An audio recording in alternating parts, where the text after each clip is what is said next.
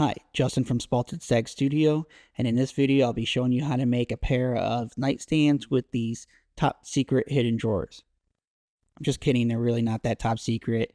If you look from the side of the drawer, you can clearly see that there's some missing drawer space. But nonetheless, this was a fun build and I really enjoyed doing this. I got pretty lucky on this project and scored some really wide cherry boards. These are between 10 and 11 inches wide. And as nice as those are, they won't fit on my joiner. So I ended up ripping them in half on the bandsaw and making sure to label everything. That way they can be glued back up. Now the cabinet is going to be made with 2 full boards wide, which will be 4 of these boards. Now ideally, you should alternate each board, and that'll help prevent any kind of cupping or warping. However, for this, I'm going to go ahead and glue them up flat like they are naturally before I rip them in half. That way I can get a nice look and it looks like it's only made up of 2 boards instead of 4. Since we're gluing these 2 boards together in their original orientation and we want it to look like a single piece of wood, we really want this glue line to be invisible. The method I found that best suits that is using a hand plane. So what I'm going to do is I'm going to open up the 2 pieces of wood like a book, fold it in half, and clamp it into my vise. I can then use my hand plane and go over it to get a nice smooth edge. And the nice thing about using the hand plane for this is even if we're not completely 90 degrees, those pieces are still going to fit together perfectly. So what I'm looking for is to get 2 nice even ribbons when I make a pass. I decided to use the domino here just to help with some alignment. It's really not necessary, but I need to be sure that these boards are perfectly aligned when I glue them.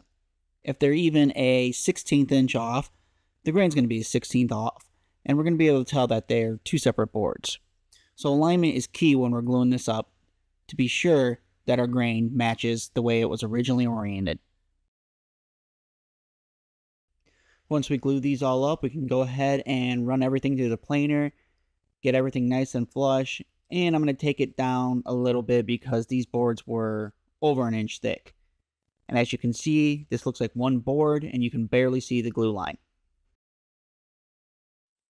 As I plane everything down, I'll go ahead and sticker it and let it sit for a couple days. I'm unsure if this lumber was kiln dried or air dried, and it was also out in my barn for a very long time. So I want to let it sit just to make sure no boards warp, and then we can move to the next step. Now we can glue together 2 of the boards to make up the cabinet. Here we want to alternate the grain direction. I used a pencil and marked this so it's more clearly visible, but we have one where the grain direction is going down and one where the grain direction is going up. This will help prevent any kind of cupping or warping of the boards. Now technically, I should have alternated the grain with all 4 boards. However, I really wanted this look of the extra wide boards, so I chose not to do it for this project. And again, we'll use the exact same method we did before, using the hand plane to get everything nice and smooth before I glue up. Now we can cut everything to size, lay it out, and label it. The top, left, and right sides are going to be waterfall edges, meaning the grain is going to continue over those corners and look like one single piece of wood. However, we can't do that on all 4 sides, so the bottom is going to be a different piece of wood. You can do it on all 4 sides if you use 8/4 stock, and I've explained that process in other videos. However, for this project, it would be completely pointless and a waste of material because the bottom's never going to be seen. Now I can use a dado blade and cut the back. I'll use a 1/2 inch piece of plywood as a spacer because that's what I'm going to use for the French cleats that'll secure it to the wall. Now my dado blade is set for 3/4 inch ply, which is overkill. There's no reason to use 3/4 inch ply for the back of a cabinet, but that is all I had on hand and I really didn't feel like driving over an hour away to get some 1/2 inch or 1/4 inch cherry ply.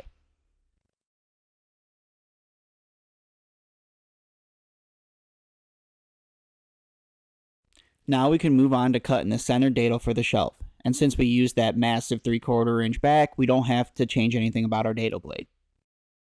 And this step can be a little tricky because we're not going to do a full pass dado. We're going to stop about 3/4 of the way through, and you'll see why in the next step. And since we're not doing a full pass with the dado blade, we're going to have to reference 2 different spots against our fence. For the left side, we'll have to reference the bottom of the board, and for the right side, we'll have to reference the top of the board. This is 2 different measurements. So we have to be really diligent on our layout of our dado for the shelf, because if we're a little off, that shelf isn't going to sit properly or it just won't assemble at all. And here's why I didn't want to do a full pass with the dado blade. I want this dado to end right where the chamfer ends. That'll give a nice smooth transition from the chamfer to the center shelf. I can then use a router and a simple jig to finish the dado. I'll start by placing a stop block about a 1/16 of an inch before the chamfer.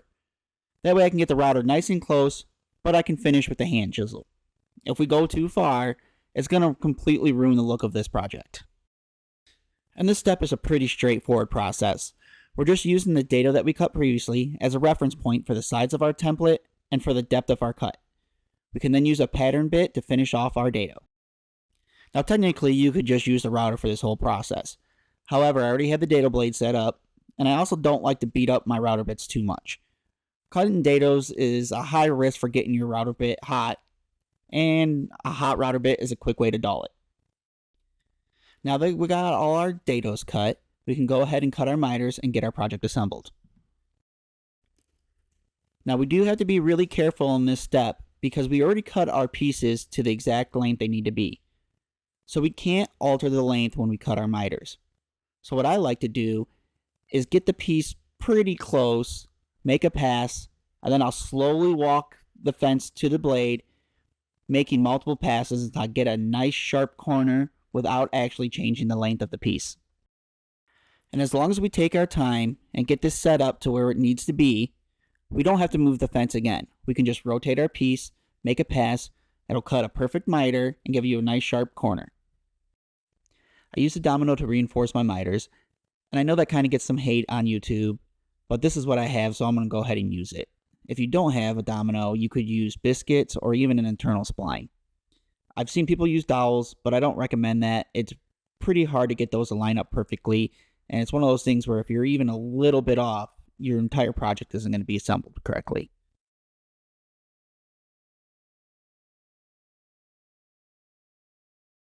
Glue up, I'll use some blue tape and tape off the inside of my miters. This will help reduce any squeeze out from getting all over the wood and making it a pain to clean up.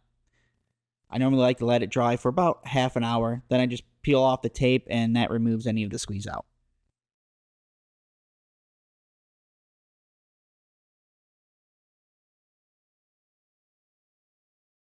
Before I cut all my pieces for the drawers to size, I like to put it in the drawer slides and take a measurement, then cut a piece of scrap wood and make sure that everything is measured properly and the drawer slides are working as they should.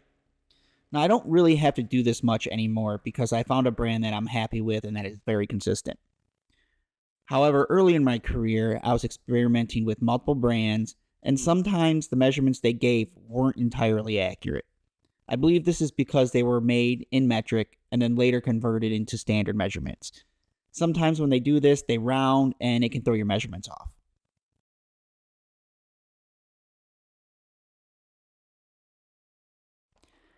Now I'm not going to go over the entire process of building these drawers because I've done it in multiple other videos and it's basically the same. However, the one difference is that the bottom of this drawer is about 4 inches from the bottom, and that's to make room for our secret drawer. Next, I can set my dado blade to the height of the bottom and my fence to the inside portion of the sides. That'll help me remove material to make room for that secret drawer.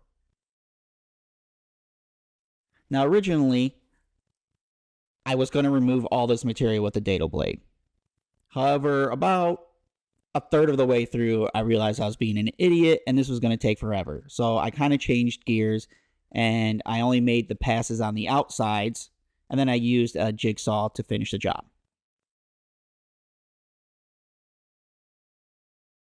So really what I should have did is just made one pass on each side of the drawer, then came in and cleaned it up with a jigsaw. Now I'm leaving about 1/8 of an inch from the bottom and I can use a router to finish it off. This would have saved a bunch of time if I would have thought of this at the beginning. Last, I can use a router with a flush trim bit and flush everything up to the bottom. Now, this process did use more tools, and sometimes that can be more time consuming. However, it made a much cleaner look than using the dado, and it was a lot faster. Now we can work on the mechanism that'll open and close our secret drawer. For this, I'll start by finding the center of my drawer. I can then find the center of whatever piece of wood we're going to use for our locking mechanism. In this case, I started with plywood. However, I ended up switching to a hardwood because I was having a lot of trouble with the plywood delaminating. Once we do that, we can line up our center marks and trace the outside of our board. This will give us a mark for the narrow port of our dovetail. We do want to make it slightly bigger than our marks, but not by much. Next, we can use a false fence, tape it down, and use that as a guide for our router and our dovetail bit. We'll then make a pass, move the fence to the other side, and do the same thing. We want to stop our dovetail about 3/4 the way from the top. That way we have plenty of room to work with when we bolt in our face, but it's not visible if you're looking inside the drawer. The depth of the dovetail is pretty arbitrary. You want to go deep enough so that way there's enough meat for the pin to catch on to, but you don't want to go too deep and risk the integrity of your drawer. So I went about halfway. Next, we can move to the router table and cut our lock. Now we want to set our router height to where it's about a 1/16 inch more shallow than what we previously cut into the drawer. And we want to do this because we don't want this lock to bottom out into our drawer. That'll create unnecessary friction and make it harder to turn. And you want to take your time here. We'll cut the piece oversized and then remove a little material at a time, checking for a fit in between each pass. We don't want it to be too loose, but we also don't want it to be too snug. Now obviously this isn't going to turn in the dovetail slot we cut. We're going to have to remove 2 of the corners. Depending on which 2 corners we remove, it's going to dictate which way we turn the knob to open the secret drawer. If we remove the corners at the 2 and 8 position, it's going to open by turning the knob clockwise. If we remove the corners at the 10 and 4 position, it's going to open by turning the knob counterclockwise. I started by removing the corners with my hand chisel, being sure to keep with the angle of the dovetail. I can then go in with some sandpaper and just round it over. That'll make sure that when we turn it, we get a nice smooth turn and it doesn't bind. Be patient with this too. Don't rush through this. Take off a little material at a time with your chisel, take it to your drawer, give it a test fit, see how it feels, and then come back and do a little more. We don't want to remove too much material, and we want to be sure that we get a nice smooth turn. So just take your time and it'll all work out for you. And as you can see, as we rotate the dovetail, it allows the dovetail to be removed from the drawer. Once we put it back in, turn it the opposite direction, it locks that dovetail in place. And once we're happy with the fit, we can go ahead and take this to the bandsaw and cut the dovetail off. And this will be our driving mechanism behind our secret drawer. The drawer face will be secured to the secret drawer with some screws, and the dovetail will be secured to the handle on the drawer face. So when this is in the locking mechanism, the dovetail is holding the main drawer in place. So when you pull it open, it forces that main drawer to pull open. Once we turn it, it no longer has a connection to that main drawer, so we'll only pull out the secret drawer. Now here I'm just using some spacers to give me about 1/4 inch off the shelf for the drawer. And also take note to what kind of drawer slide you're getting. In my case, these are soft close drawer pulls. So the mechanism won't work if you have both drawers that are soft close, because there's enough resistance when you're pulling out the secret drawer that it's also going to try to pull out the main drawer. So to mitigate that, I just cut the spring that drives the soft close mechanism on the lower drawer. I had a little trouble getting the drawer face to line up perfectly with the dovetail that I cut, because I want this handle to be centered so it doesn't look off-putting. So I ended up just transferring the dovetail to the top so that way I can mark a center line. Once I did that, I was able to draw a center line on my drawer face and get everything to line up nice.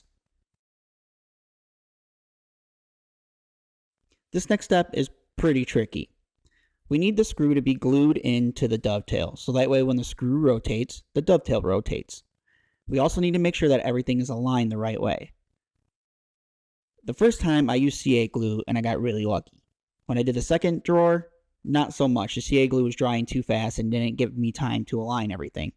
So I elected to use epoxy. Now when you use epoxy though, you have to wait a lot longer for it to dry. We don't want to put the dovetail up to the drawer face while the epoxy's still wet because it's going to glue it to the drawer face. So make sure you wait a good amount of time before you start assembling. Same thing with the handle. We want to be real careful. I used a toothpick and placed it inside of the handle threads. That way when I screwed it onto the screw, I didn't get epoxy onto the drawer face and glue it to the drawer face.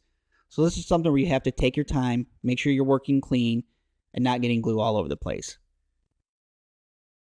Finally, I can cut some 1/2-inch ply and make my French cleats. I elected to use French cleats here because it made the installation process very simple. If I didn't use these and I just secured the cabinet to the wall, we would have fought the cabinet to make sure it was level, make sure that I'm hitting studs, making sure it was centered in between the bed and the wall. It would have just been a disaster. These are small, but they're pretty heavy, so I'd have been fighting the weight the whole time. This way, all I have to worry about is securing the piece of 1/2-inch ply and making sure that's centered and leveled. Once that's installed, then I can just place the cabinet on the French cleat and it'll be centered and leveled. It's much simpler. Alright, there we have the 2 nightstands with hidden drawers. This is a little different of a build, and it was a lot of fun trying to figure out the driving mechanism to do this secret drawer style. I had a couple different things in mind, and I'm glad I went with this one because it's really cool how it works, and it's nice to feel it snap into place when it locks and unlocks. Anyways, I appreciate you sticking around and watching the video. If you haven't yet, please like and subscribe.